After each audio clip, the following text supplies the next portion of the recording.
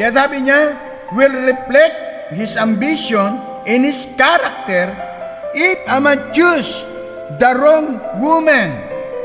It reflects his character and that he ties himself to show truly that in him a woman reflect that in the man when he choose for wife. Sabi doon, it shows what's down in him, no matter what he says outside, what's he married. Kaya hindi po basta maganda lamang.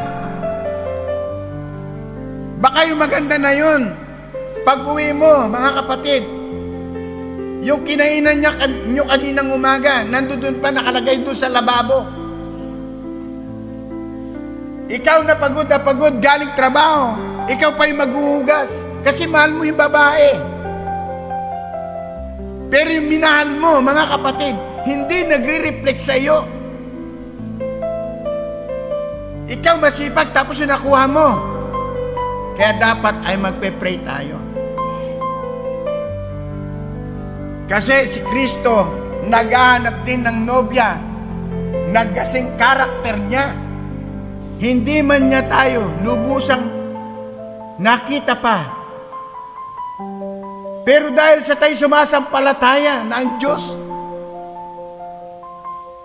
ang ating papakasalan, amen, bilang isang nobya, hindi tayo nagdalawang isip na sinagot ang ating Panginoon.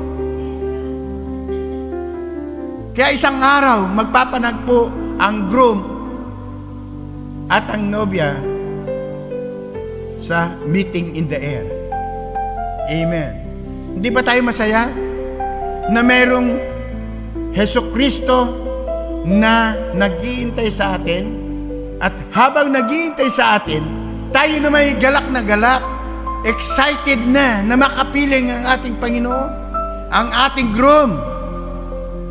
Kaya titiisin natin lahat ng hirap, makita lamang natin at makapiling lang natin ang ating groom. Amen. Tandaan niyo mga kapatid, the bride has a discernment. Kaya gagawin mo ang lahat, makarating ka lang sa groom.